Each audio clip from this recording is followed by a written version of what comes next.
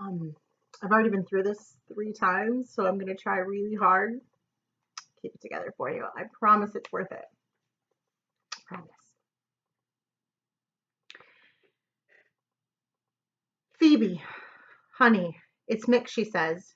And for the second time that day, I'm shocked by what comes out of my mouth. I say, I know.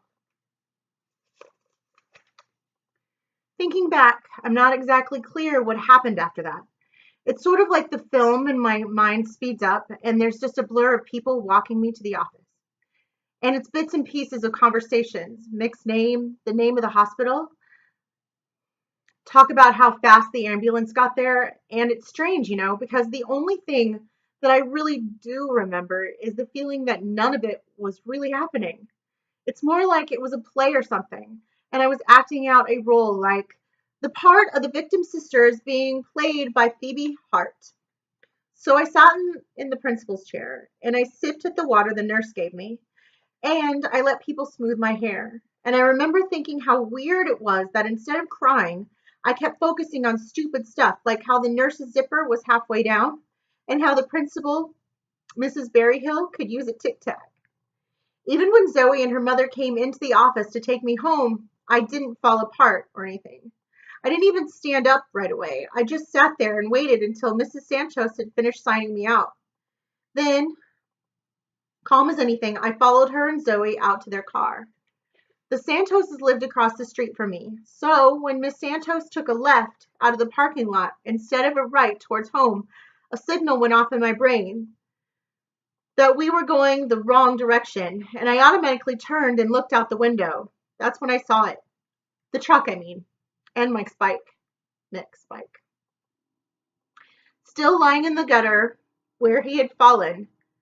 I remember making a noise then, an awful noise that didn't sound like me at all, but like one of those old women that you see on the news sometimes, one of those crying old women at the scene of some terrible natural disaster.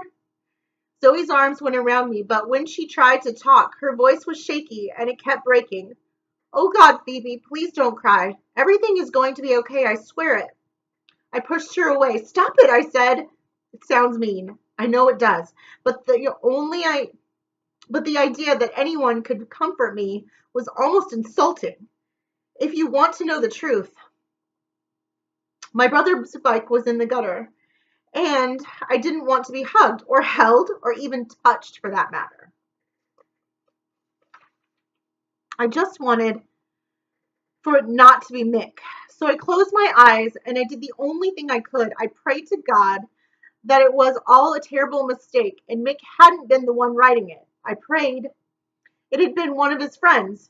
I'm sorry for that, I swear I am. But still, that was my prayer. When we got to Zoe's house, there was a message on the answering machine from Pop. He told Miss Santos to keep me there until he came. That's when I was forced to face the fact that it was really Mick who had been hurt. And right away I started begging Miss Santos to take me to the hospital. She didn't give in though. She was nice about it, but she didn't give in. So finally I went to Zoe's room, climbed up on the top bunk onto her bunk bed, and started praying like crazy, ordering God to make my brother okay. I couldn't lie still, even when I was praying. I kept tossing and turning and looking down at the clock on Zoe's dresser. One time my arm dangled over the side of the bed and Zoe reached up from the bottom bunk and held onto my fingers.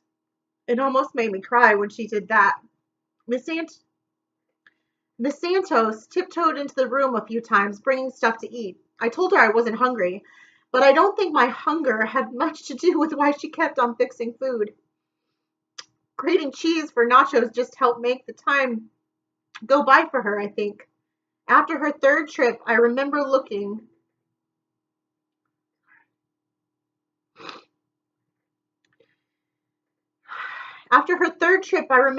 over the edge of the bunk to see what all she had brought me.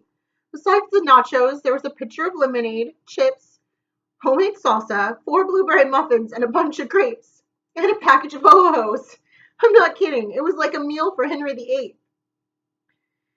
It was like a meal that Henry VIII would eat or something. Henry VIII was that big fat gluten king of England with all the wives. You've probably seen actors playing him on TV. He's almost always shown gnawing on a turkey leg or with a slab of roast beef hanging out of his mouth or something. I wouldn't be such an expert on him, but Mick was Henry VIII for Halloween in fifth grade.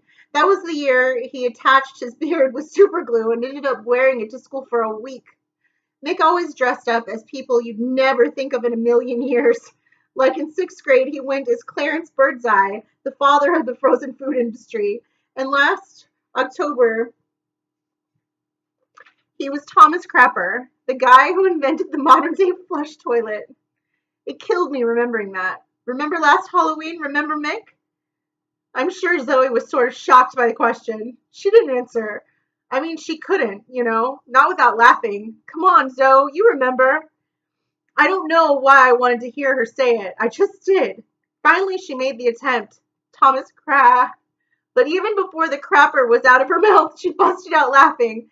And then I did too, which probably sounds terrible and all, but I promise it wasn't. All right. Um, I'll continue with the next chapter in our next video.